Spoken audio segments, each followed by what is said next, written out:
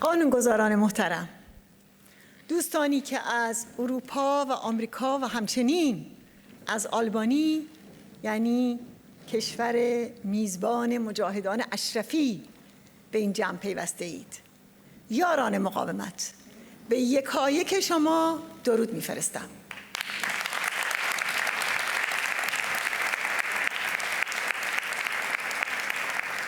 از برگزاری این کنفرانس و فراهم شدن چنین فرصتی برای دیدار با شما ولو با فاصله بسیار بسیار خوشوقتم.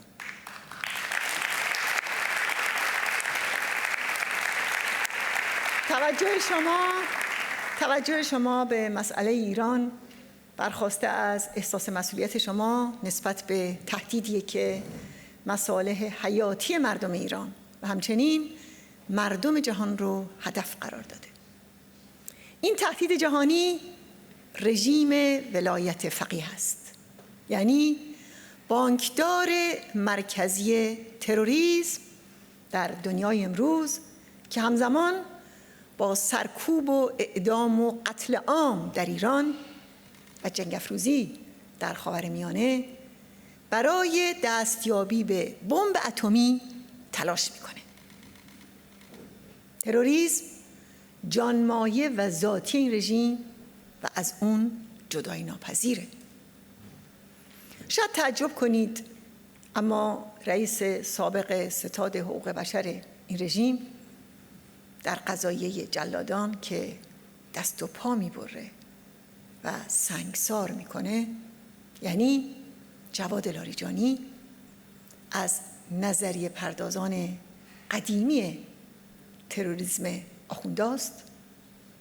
این فرد برادر بزرگتر رئیس قبلی مجلس رژیم و برادر صادق لاریجانی رئیس قبلی قوه قضاییه است. اون در سالگرد صدور فتوای ترور سلمان رشدی تروریسم دولتی آخوندها رو تحت عنوان نوع جدیدی از قدرت تئوریزه می‌کرد که همانا گروگانگیری و صدور حکم قتل اتباع خارجیه. اون نوشت تاکنون چنین میپنداشتند که قدرت سیاسی بر اساس قدرت نظامی و اقتصادی باید تعریف شود، اما فتوای حضرت امام، یعنی فتوای قتل سلمان رشدی نشان داد که سرچشمه قدرت سیاسی غیر از این دو منبع است. اون ادامه میده: دنیا باید اگر واقع بین باشد، باید شأن اسلام و حکومت اسلامی را بر اساس این قدرت اذعان کند، نه درجه رشد اقتصادی. بله، میبینید که عملکردهای تروریستی اونها از کجا نشأت میگیره. دوستان عزیز، ما تا پایان سال 1380 بیش از 450 عمل تروریستی این رژیم رو در خارج از ایران لیست برداری کرده بودیم. 150 مورد اون در خاک عراق علیه مجاهدین بود، از قبیل بمبگذاری بر سر راه اتوبوس یا کامیون انفجاری در پایگاه مجاهدین یا حمله با RPG 18 به خانه مسکونی مادران مجاهدین در بغداد. قسمت دیگری از فهرست تروریسم رژیم در خارج از ایران کشتار مجاهدین و سایر گروه‌های ایرانی در کردستان عراق، پاکستان، ترکیه، سوئیس، ایتالیا، فرانسه، آلمان، اتریش و قبرس بود. حالا میخوایم به بخش دیگه از تاریخچه تروریسم آخوندا توجه کنیم. گروگانگیری و قتل اتباع خارجی در لبنان، انفجارهای سال 1362 در بیروت و کشتن 241 نظامی آمریکایی و 58 نظامی فرانسوی که تحت نظارت پاسداری انجام گرفت که بعداً وزیر دفاع آخوند روحانی یعنی رئیس جمهور فعلی رژیم شد. از جمله این جنایات کشتار مردم بیگناه در خیابان‌های پاریس در سال 1365، کشتار زائران خانه خدا در مکه در سال 1366، انفجار آرژانتین در سال 1373، اون هم با 275 کیلو مواد انفجاری در مرکز یهودیان با 88 کشته و 151 زخمی. همچنین انفجار خبر در سال 1375 که 19 نظامی آمریکایی رو کشت و 500 نفر رو زخمی کرد. اینها که گفتم علاوه بر 10 فقره هواپیماربایی و جنایت‌های تروریستی دیگر این رژیم است. اما از سال 1382 یعنی بعد از جنگ در عراق و اشغال خزنده این کشور توسط آخوندها، ما دیگه با یک ماکرو تروریسم روبرو شدیم. از این نظر بیلان آخوندها در افغانستان، یمن، لبنان و بیش از همه در سوریه و عراق بسیار بسیار هولناکه. انفجارهای تروریستی در میان جمعیت‌های انبوه، تخریب مراکز مذهبی یا مدارس، ترور متخصصان و دانشمندان، آدمربایی، مسلح کردن، تحمیل جابجایی اجباری و آواره کردن میلیون‌ها نفر که هر کدوم از اینها ابعاد شوکه کننده‌ای داره و هر کدوم واقعاً بحث جداگانه‌ای می‌طلبه. من فقط به آمار مربوط به نیروهای آمریکایی اشاره می‌کنم که سپاه پاسداران به طور مستقیم دست کم باعث کشته شدن 608 نظامی آمریکایی در عراق بوده.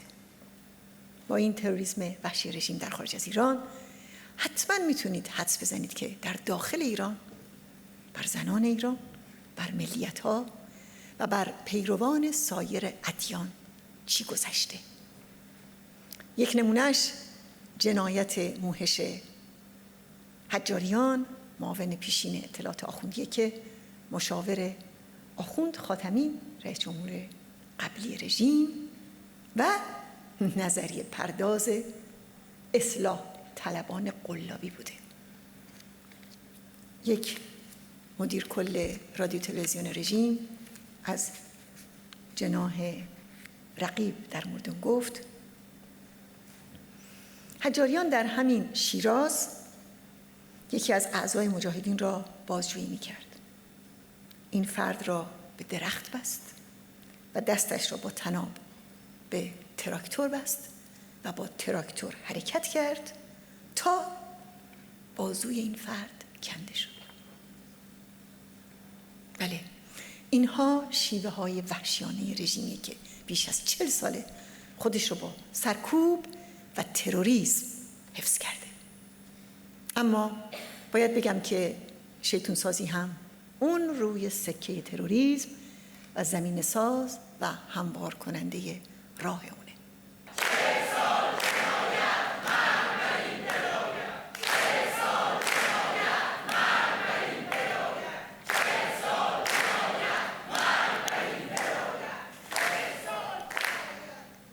راستی چرا آخوندها به این رسوایی تن میدن؟ همچنان که مسعود گفته اگر روزی رژیم از صدور ارتجاع و تروریسم به خارج از ایران دست بردارد و به داخل مرزهای ایران محدود شود، رژیم آخوندی از درون فرو میریزد و متلاشی می شود.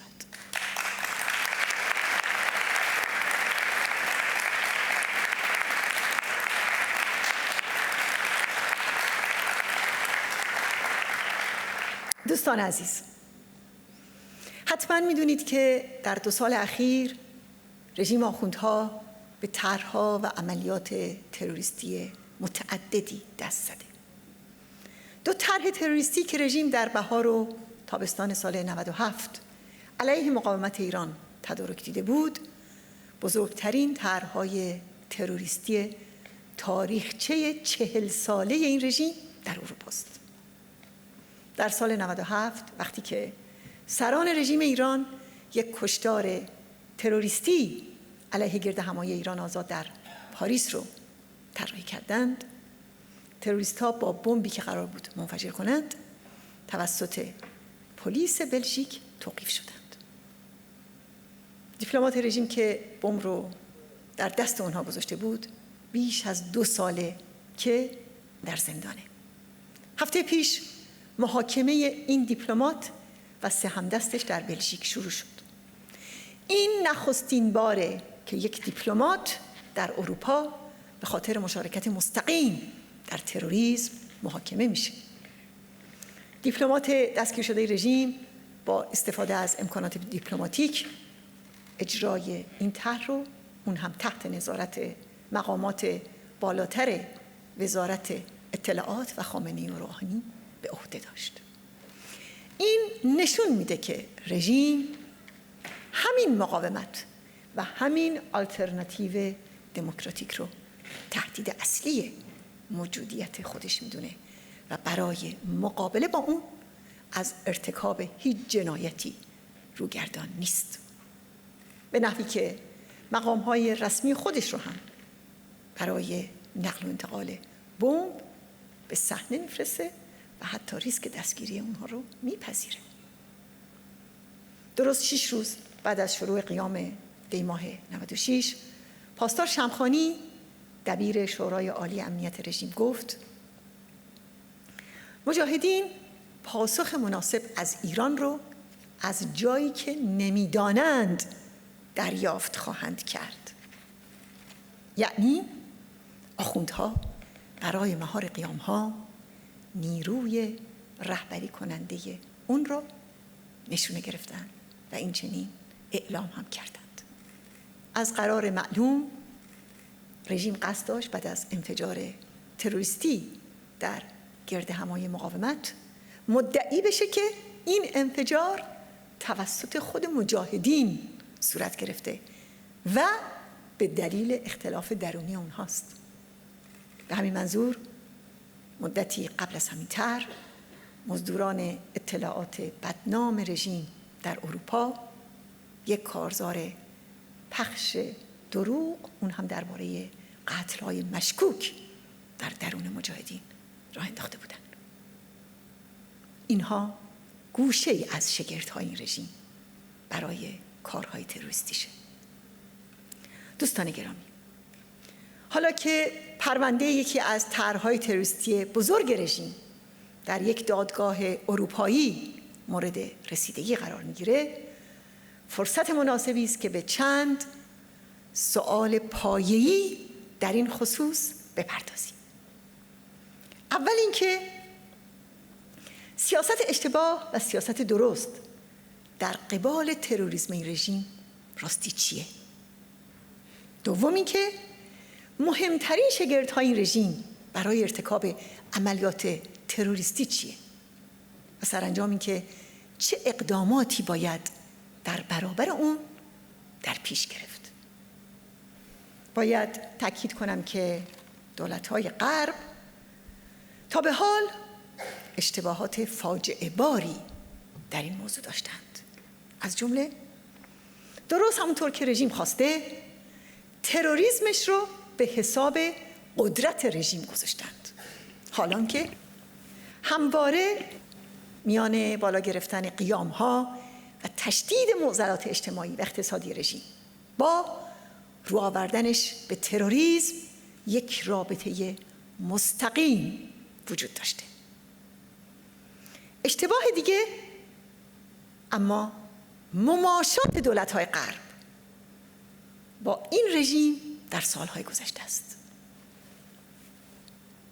در حقیقت باید گفت این نه قدرت رژیم بلکه سیاست مماشات بود که توسعه تروریسم و بنیادگرایی رژیم رو ممکن کرد. آخوندهای حاکم هر نوع مماشات و چشم‌پوشی دولت‌های غرب رو تا به حال متاسفانه به معنی ضعف اونها تعبیر کردند و به تهاجم هرچه بیشتر ترغیب شدند. و اشتباه دیگه این که این انتظار واهی بود که گویا فاشیسم مذهبی با دریافت امتیاز و مشوق روزی از تروریسم دست می‌کشد. هرگز.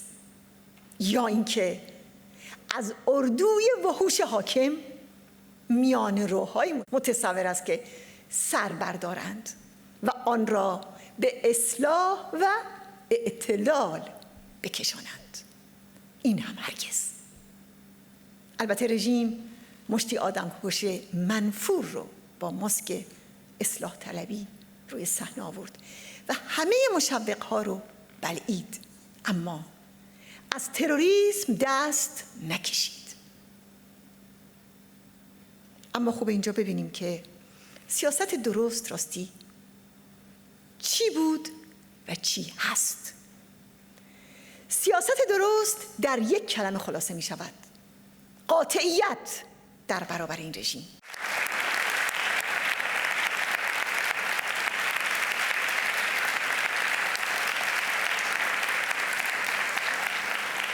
یعنی بستن قاطعانه همه زمینه‌های فعالیت تروریستی رژیم و واکنش قاطعانه به هر یک از طرح‌های جنایتبار این رژیم.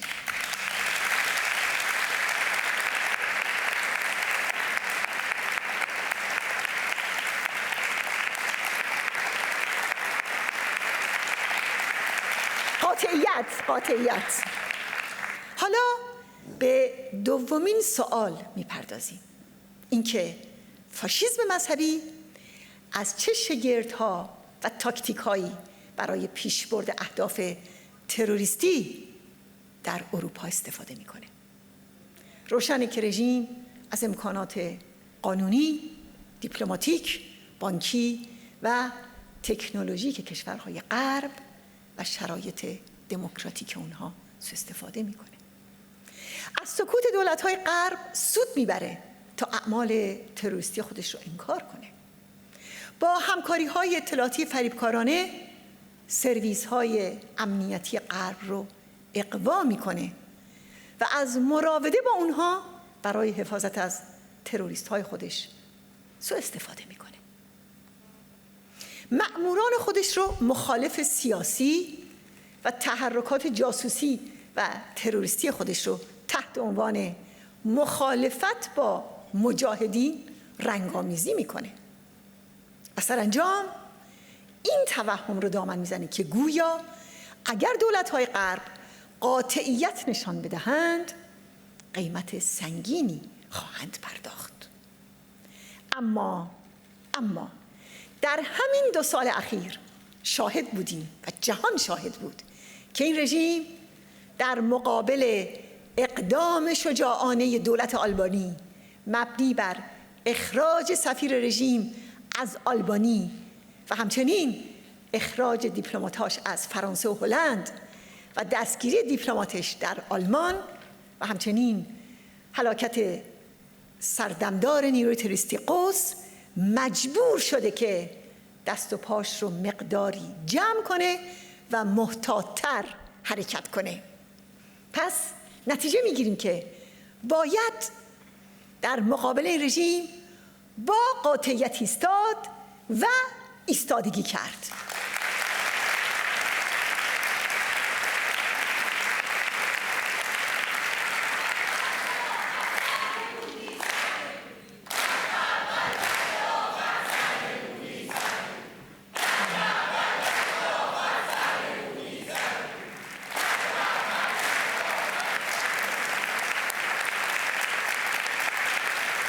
دوستان گرامی، تروریسم رژیم در سایه سکوت، کتمان، تجاهل، چشم بستن و به روی خود نیاوردن رشد پیدا میکنه.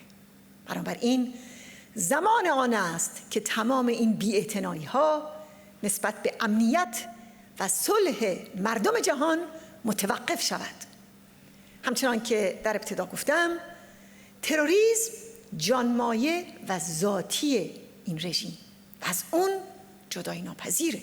بنابراین پایان تروریسم هم از پایان رژیم جدایی ناپذیر است.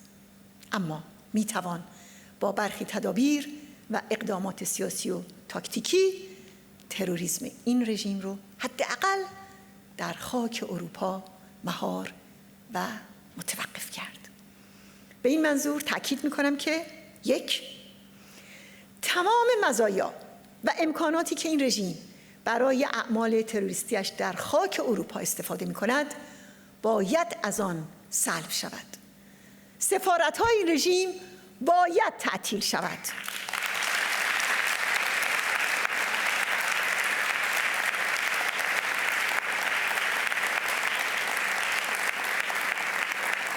اداره فدرال حراست از قانون اساسی آلمان در ژوئن 2019 یعنی در خرداد 98 اعلام کرد که در آلمان شعبه وزارت اطلاعات مستقر در سفارت ایران در برلین نقش مهمی در جاسوسی توسط سرویس مخفی دارد. این نمایندگی به جز اقدام به عملیات اطلاعاتی مستقل از فعالیت‌هایی که توسط مرکز وزارت اطلاعات هدایت می شود نیز پشتیبانی به عمل می آورد. همچنان که می دونید اکثریت کنگره آمریکا در قطعنامه‌ای در ماه ژوئن امسال از دولت‌ها خواستند که از فعالیت‌های مخرب هیئت‌های دیپلماتیک رژیم ایران جلوگیری کنند و سفارتخانه‌های این رژیم از جمله سفارت رژیم ایران در آلبانی رو تعطیل کنند.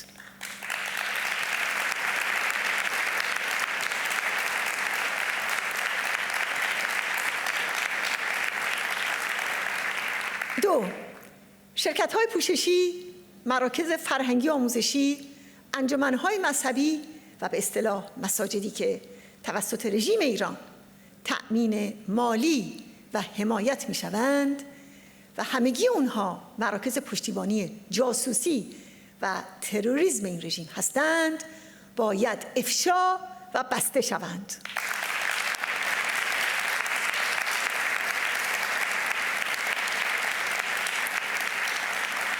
3. هر گونه تبادل مالی بین المللی افراد وابسته یا شرکت‌های پوششی اطلاعات آخوندها و نیروی قدس باید به کلی متوقف شود.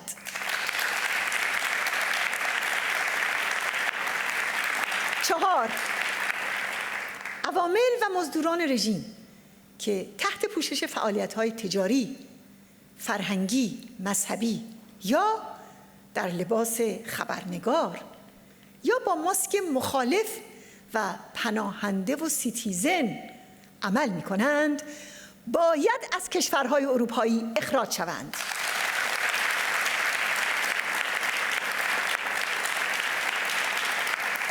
5. دولت‌های غرب باید سرویس‌های امنیتی و اطلاعاتی خودشون رو از مراوده و تماس با وزارت اطلاعات بدنام رژیم و نیروی تروریستی قدس که راه رو برای ورود مزدوران رژیم باز می‌کند برحذر دارند.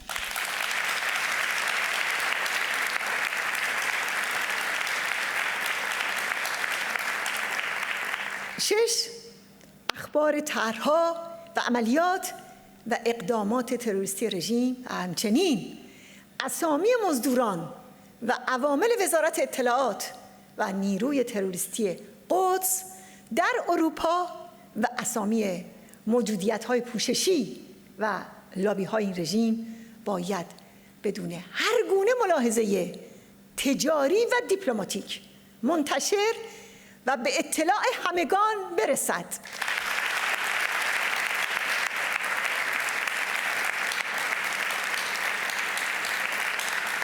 7.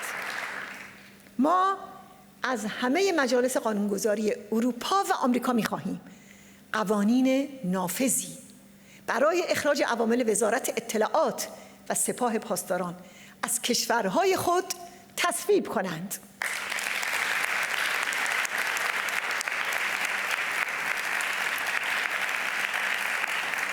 امیدوارم که همه دولت‌ها به این فراخوان پاسخ مثبت بدهند، زیرا قبل از همه منافع خودشان و امنیت مردم خودشان در گرو این قاطعیت و این اقدامات است. آنچه مردم و مقاومت ایران از دولت‌ها خواسته و می‌خواهند ایستادگی در برابر یک تروریسم قدار دولتی و نخستین حامی و بانکدار تروریسم بین المللی است. زمان آن است که بی‌اعتنایی‌ها نسبت به سرنوشت و امنیت و صلح مردم جهان متوقف شود.